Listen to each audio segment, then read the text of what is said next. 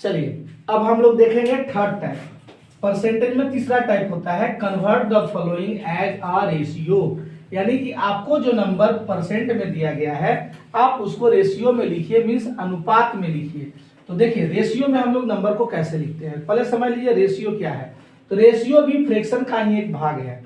जैसे फ्रैक्शन में हम लिखते हैं किसी को 3/5, तो इसको रेशियो में हम लिखते हैं ऊपर वाला को पहले या नीचे वाले को बाद में, बीच में ये रेशियो का साइन है, ये रेशियो का साइन डाल देते हैं 3/5।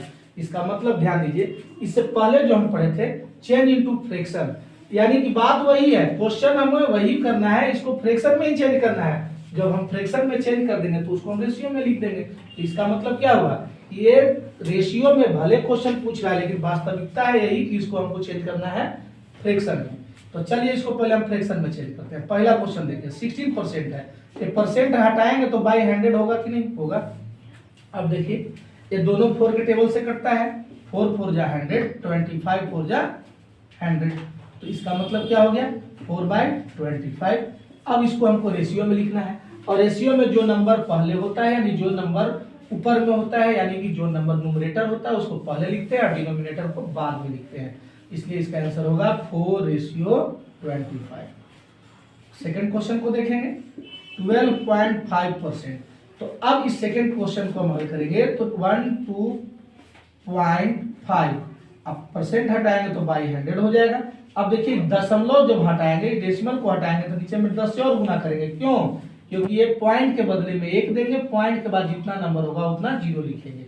अब हो गया 125/100 इंटू 10। अब देखिए 25 के टेबल से दोनों कटता है, 25 5 जा 125, 25 4 जा 100, 5 2 जा 10, यानी क्या बचा 1/4 2 जा 8। तो इसको हम रेशियो में क्या लिखेंगे 1/8, जिसको पढ़ा जाता है 1:8, 4:25।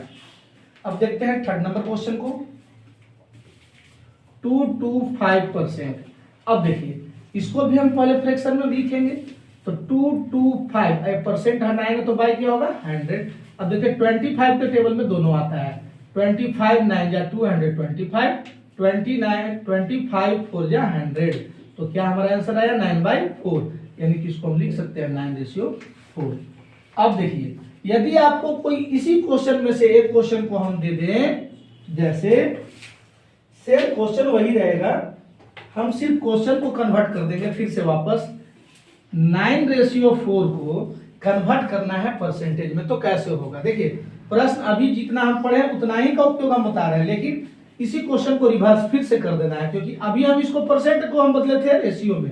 अब यदि आपको रेशियो दे दे और इसको परसेंट में बदलना हो तो हम कैसे बदलेंगे। तो देखिए इधर रेशियो में है 9/4, तो सबसे पहले इसको हम फ्रैक्शन में लिखेंगे, तो ऊपर होगा 9 और नीचे होगा 4, क्योंकि जो पहले होता है उसको हम ऊपर लिखते हैं न्यूमरेटर के रूप में, और जो बाद में होता है उसको डिनोमिनेटर के रूप में लिखते हैं। और इसको हमको परसेंट में बदलना है, तो परसेंट में बदलने के लिए 100 से मल्टीप्लाई करते हैं, तो 100 से मल्टीप्लाई कर दिए। अब देखिए 4 के टेबल में 100 कितने टाइम में आएगा 25 टाइम में आएगा। अब 25 में 9 से मल्टीप्लाई करेंगे तो क्या होगा 225%। तो देखिए इस नंबर को हमने चेंज किया यहाँ से, तो वापस फिर से कन्वर्ट हो गया परसेंटेज में। तो आप दोनों चीज को सीखिए, पहले परसेंट को हम चेंज करेंगे फ्रैक्शन में, फ्रैक्शन को लिख देंगे रेशियो में, और रेशियो को वापस से हम चेंज कर देंगे परसेंटेज में। चलिए अब हम लोग देखेंगे next type, question type 4 number क्या है या 4 नंबर टाइप क्या है, convert the following ratio in a percentage, means जो नीचे दिए गए रेशियो हैं उनको आप प्रतिशत में बदलिए या उसको परसेंट में लिखिए। तो देखिए आपको यहाँ पे दिख रहा होगा कि ये दोनों क्वेश्चन या 3 क्वेश्चन हमने लिखा है, तो तीनों क्वेश्चन में रेशियो का साइन डाला गया है, तो ये रेशियो लिखा गया है, आप रेशियो को बदलिए परसेंट में। तो ध्यान दीजिए हम आपको बताए हैं कि रेशियो को या किसी भी नंबर को परसेंट में बदलने के लिए 100 से मल्टीप्लाई करते हैं। तो यहाँ हम देखिए रेशियो के बारे में बताए थे आपको कि रेशियो जो होता है वो एक फ्रैक्शन का ही भाग होता है, मींस फ्रैक्शन से ही रेशियो का निर्माण होता है। यदि कोई नंबर फ्रैक्शन में हो जैसे 6/8, तो हम इस 6/8 को लिख सकते हैं 6/8, न्यूमरेटर को फर्स्ट में लिखेंगे और डिनोमिनेटर को बाद में लिखेंगे। तो इसका मतलब क्या हुआ, यदि ये 14/25 है तो इसको हम फ्रैक्शन में लिखेंगे तो क्या लिखा जाएगा 14/25। अब हम इसको फ्रैक्शन में लिख लिए। अब देखिए जब हम इसको फ्रैक्शन में लिख लिए तो परसेंटेज में बदलने के लिए हम क्या करेंगे, 100 से मल्टीप्लाई करेंगे। तो 25 के टेबल में 100 4 टाइम्स आएगा, इतना आप जानते हैं। तो अब देखिए ये तो कट गया 4 टाइम्स, अब तो कटेगा नहीं, तो 14 इंटू 4 यानी कि 56। और जब हम परसेंट चेंज किए हैं तो यहाँ पे परसेंट का साइन भी ऐड करेंगे। ठीक उसी प्रकार क्वेश्चन नंबर 2 को देखिए, 5:6। तो 5 को हम ऊपर रखेंगे, 6 को नीचे रखेंगे और परसेंट में बदलने के लिए 100 से मल्टीप्लाई करेंगे।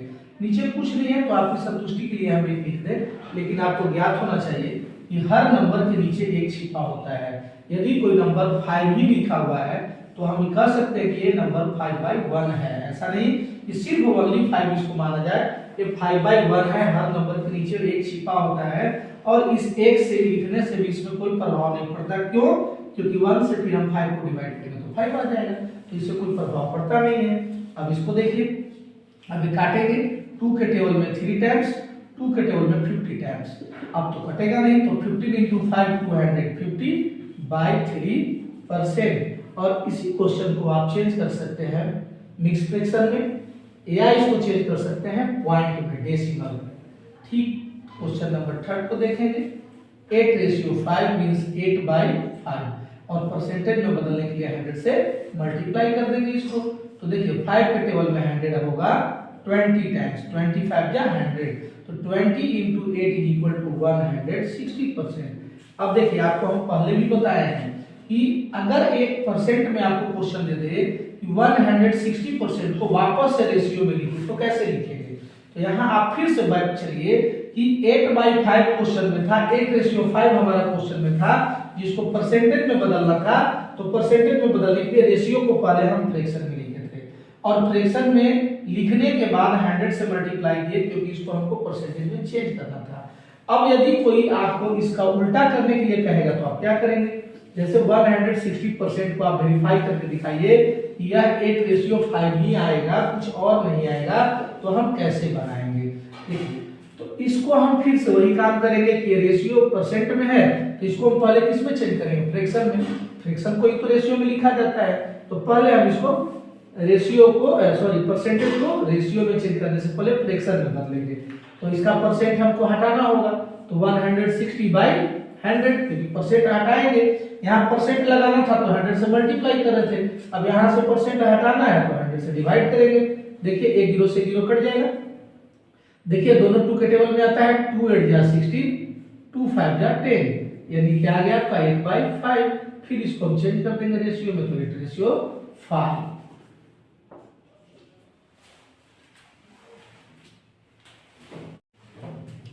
देखिए अब हम लोग नेक्स्ट टाइप पढ़ेंगे फाइंड। फाइंड मींस पता कीजिए 8% ऑफ 125 और सेकंड क्वेश्चन है 0.25% ऑफ 16। इसका मतलब समझिए पहले। देखिए अभी तक जितना हम लोग पढ़े उसमें हम फ्रैक्शन को परसेंटेज में चेंज करना सीखे, फिर वापस परसेंटेज को फ्रैक्शन में चेंज करना सीखे, डेसिमल में फ्रैक्शन को बदलना सीखे, डेसिमल को परसेंटेज में बदलना सीखे, फिर वापस उसको सीखे। लेकिन अब हमको इसका वैल्यू फाइंड करना है। यदि किसी नंबर का 8% हो तो हम कैसे उसको फाइंड करें। जैसे इस क्वेश्चन में है 8% ऑफ 125, इसका मतलब हुआ कि 125 का, ऑफ मींस का 8% कितना होगा, 125 का 8% कितना होगा। या इसको देखिए 0.25% ऑफ 16, यानी कि 0.25% 16 का कितना होगा। तो इसका मतलब हुआ कि 125 एक होल नंबर है, एक पूरी संख्या है जिसका 8% का वैल्यू हमें ज्ञात करना है। तो चलिए इस क्वेश्चन को हम गहनता से समझते हैं। सबसे पहले हम फर्स्ट क्वेश्चन को हल करेंगे। 8% ऑफ 125, और सबको पता होना चाहिए कि ऑफ का मतलब का होता है हिंदी में, और का मतलब गुना होता है। इंग्लिश में ऑफ का मतलब मल्टीप्लिकेशन का साइन होता है वहां पे। तो देखिए 8% है, हमको परसेंट तो रखना नहीं है क्योंकि हमको इसका वैल्यू फाइंड करना है। तो सबसे पहले इस परसेंट को हम हटाएंगे, तो यहाँ ऊपर में 8 होगा, परसेंट हटाएंगे तो 100 डिवाइड में होगा, क्योंकि आप पढ़ते आ रहे हैं कि अगर यदि किसी नंबर को प्रतिशत में बदलना हो, परसेंटेज में बदलना हो, या उसमें परसेंटेज में तभी बदलेंगे ना जब उसका हम साइन ऐड करना होगा। तो जब परसेंटेज का साइन लगाया है इसमें तो 100 से मल्टीप्लाई करते हैं, तो ये परसेंटेज का साइन हटाएंगे तो 100 से डिवाइड करेंगे। तो इसको हम हटाएंगे तो 8/100 हो जाएगा, और ऑफ का मतलब गुना होता है, यहाँ है आपका 125। तो देखिए अब इसको काटेंगे, हम काट करके इसका हम हल करेंगे। तो देखिए 25, 125 और 100 दोनों 25 के टेबल में आता है। 25 के टेबल में 4 बार में 100 आता है, और 5 बार में 125 आता है। 4 के टेबल में 8 2 टाइम्स आता है, इसका मतलब 5 × 2 = 10, मींस 125 का 125 का 8% कितना होगा, उसका वैल्यू 10 होगा। तो ये तो आपका हो गया बिल्कुल सरल मेथड से। और यदि किसी को लगता है सर ये नहीं समझ में आ रहा, सर कुछ और थोड़ा मतलब लो क्वालिटी में बताइए, तो कैसे इसको बनाएंगे। देखिए 8% का वैल्यू हमसे पूछ रहा है, यहाँ कितना है 125। तो आपको हम बताए थे कि कोई भी वस्तु हो, चाहे वो लिविंग हो या नॉन लिविंग हो, वो अपने आप में 100% होता है। इसका मतलब यह जो 125 है वो अपने आप में 100% है। 100% का वैल्यू कितना है 125। तो हमें फाइंड कितना परसेंट का वैल्यू करना है 8% का। तो हम इसको ऐसे भी बना सकते हैं कि 100% = 125। 100% का वैल्यू कितना है 125। क्यों? क्योंकि कोई भी नंबर, कोई भी वस्तु, कोई भी हो, या लिविंग हो या नॉन लिविंग हो, इससे मतलब नहीं है, वो अपने आप में तो 100% होता है, चाहे वो जैसा भी हो। तो देखिए यहाँ पे 125 नंबर हमारा है, और 125 अपने आप का 100% होगा। तो इसका हम पहले 1% का वैल्यू निकालेंगे।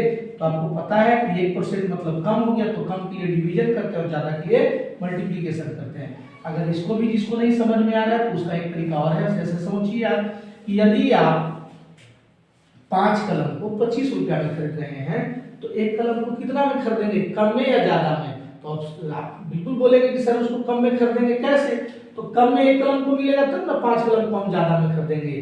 तो एक कलम का दाम निकालने के लिए हम क्या करते हैं, उसको डिवीजन करते हैं।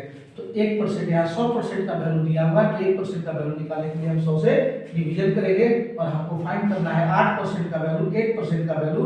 तो 8% का वैल्यू निकालने के लिए हम 100 इसमें मल्टीप्लाई करेंगे।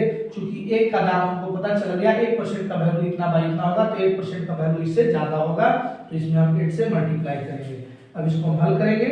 देखिए 4 के टेबल में 8 आता है 2 टाइम्स, 4 के टेबल में 100 आएगा 25 टाइम्स, और 25 के टेबल में 125 आएगा 5 टाइम्स। तो 5 × 2 = 10 आंसर। देखिए दोनों तरीका से आंसर सेम आएगा, लेकिन बेस्ट ऑप्शन आपका है कि अगर आपका परसेंटेज है तो इस तरीके से ही बनाया जाए। और यदि ये आपको गड़बड़ी होता है, इसमें आपको दिक्कत होता है, तो आप इस तरीके से इसको निकाल सकते हैं। ठीक, इस क्वेश्चन को हम देखेंगे, इसको भी हम दोनों तरीका से आपके लिए बना रहे हैं। देखिए इसको हम पहले परसेंटेज में हटा के इसको डेसिमल हटा देते हैं। तो इसका डेसिमल हटाएंगे बाबू तो क्या होगा 25 बाई पॉइंट के बदले में 1 देंगे, और 2 नंबर है तो 2 जीरो देंगे, और परसेंट का साइन लगाएंगे। क्योंकि अभी जो हम 100 लिखे हैं वही परसेंट हटा के नहीं लिखे हैं, इस नंबर को डेसिमल से हटा के लिखने के एवज में लिखे हैं। और बाकी क्वेश्चन क्या है ऑफ 16।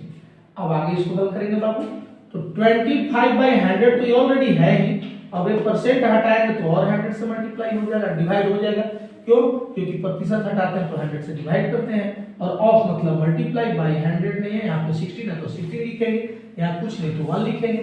अब देखिए 25 के टेबल में 4 बार में 100 आता है, और 4 के टेबल में 16 4 बार में आता है, और 4 के टेबल में फिर ये 125 टाइम्स आएगा। इसको हल किए तो आया 1/25, यानी इस 16 का 0.25% का वैल्यू क्या होगा 1/25। अब देखिए इसको हम इस नियम से बनाते हैं। तो 16 भी अपने आप में कितना परसेंट होगा 100% होगा, इसमें तो कोई डाउट नहीं है, क्योंकि कोई भी वस्तु तो 100% ही अपने आप में होता है। तो 16 भी अपने आप में 100% है, तो हम लिखेंगे इसको कि 100% = 16।